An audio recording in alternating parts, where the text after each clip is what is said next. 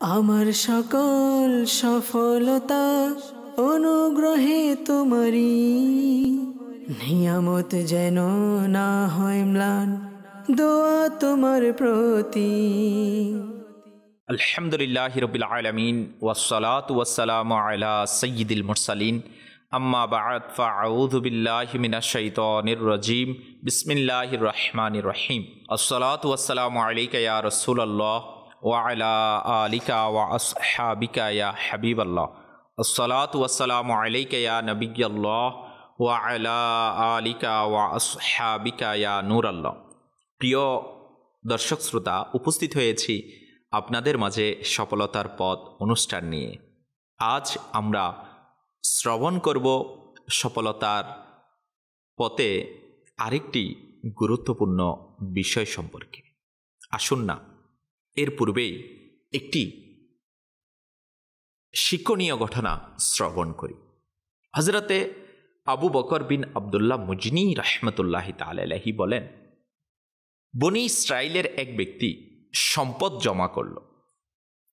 যখন তার মৃত্যুর সময় নিকটবর্তী হল, তখন সন্তানদের বলতে লাগলো, আমাকে আমার বিভিন্ন সম্পদগুলো দেখাও। তার নিকট অনেক ঘোড়া, উট এবং গোলাম আনা হলো। যখন সে তাদের দিকে তাকালো, তখন আফসোসের সহিত কাঁদতে লাগলো। মালাকুল মউত আলাইহিস সালাম তাকে কাঁদতে দেখে বললেন, কেন কাঁদছ? সেই সত্তার শপথ যে তোমাকে এসব কিছু দিয়েছেন, যতক্ষণ আমি তোমার রূহ এবং দেহকে একে অপর থেকে আলাদা করে দেব না, আমিও এখান থেকে যাব না। তখন ওই ব্যক্তি বলল, আমাকে কিছুটা অবকাশ দিন, কিছুক্ষণ সময় দিন, যেন আমি এই সম্পদ বন্টন করে দিতে পারি।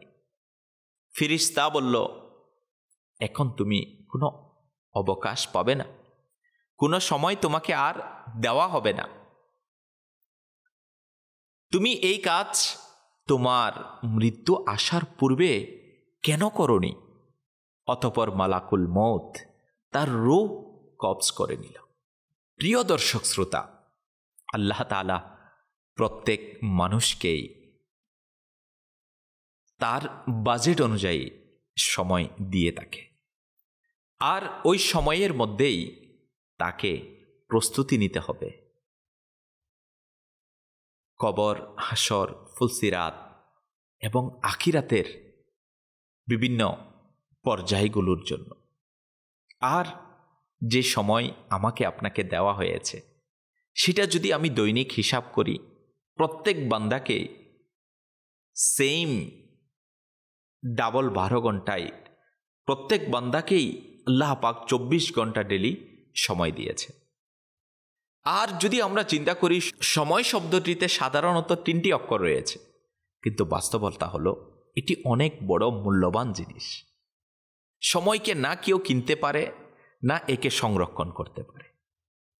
এটি এমন এক মুসাফির যা বিরতিহীনভাবে নিজের পথ চলা অব্যাহত রেখেছে, যা কোথাও বিরতি গ্রহণ করে না এবং সকল মানুষ থেকে বেপরোয়া হয়ে নিজের অভীষ্ট লক্ষ্যের দিকে বলিষ্ঠ পদক্ষেপে প্রবাহমান থাকে।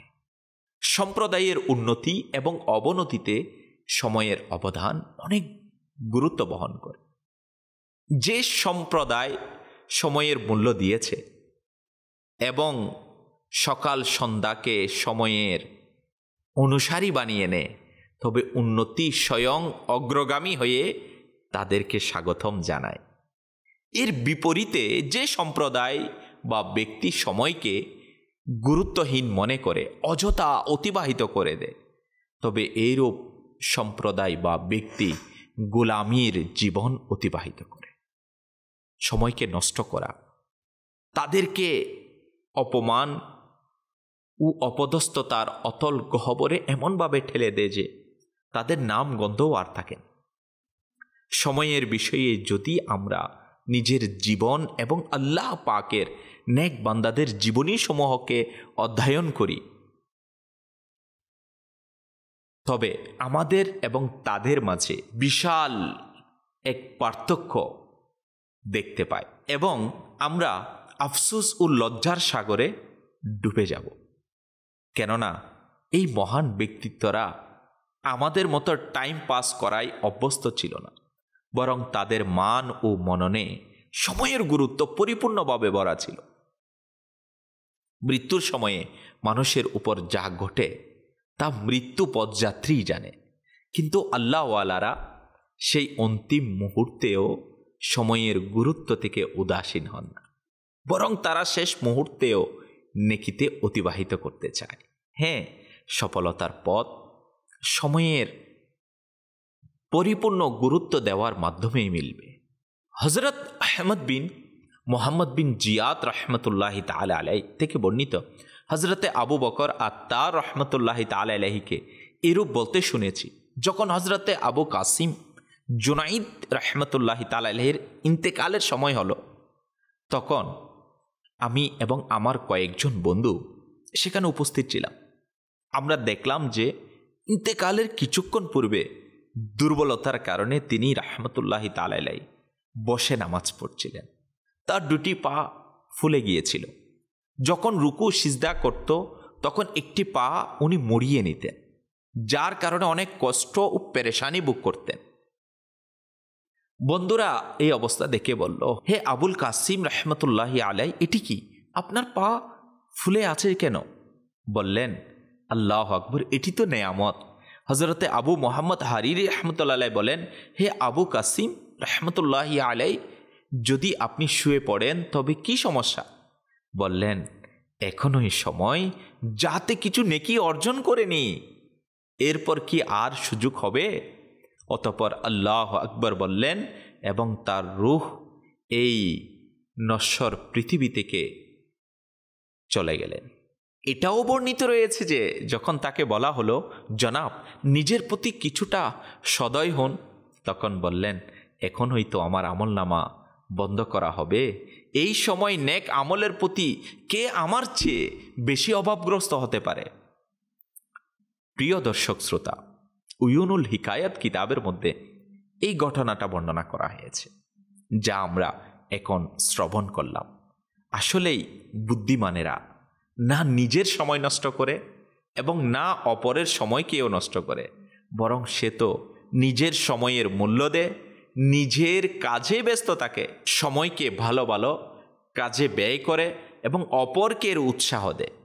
আল্লাহ পাক আমাদেরকেও সময়ের গুরুত্ব দিয়ে সফলতার এই পথকে অবলম্বন করার তৌফিক নসিব করুক। প্রিয় দর্শক শ্রোতা, কিভাবে আল্লাহ পাকের নেক বান্দাগণ সময়কে গুরুত্ব দিতেন এবং অপরকেও সে ব্যাপারে উৎসাহ প্রদান করতেন। হজরত আবু আলী ফুজাইল বিন আয়াস রহমতুল্লাহ আলাইহি মসজিদে হারামে একা উপবিষ্ট ছিলেন। ওই সময় এক বন্ধু তার নিকট আসলো। তিনি তাকে আসার কারণ জিজ্ঞেস করলেন। তিনি বললেন, হে আবু আলী, আমি আপনাকে সঙ্গ দেওয়ার জন্য এসেছি। তখন তিনি রহমতুল্লাহ আলাইহি বললেন, আল্লাহ পাকের শপথ, এটা তো ভীতি প্রদর্শনমূলক কাজ।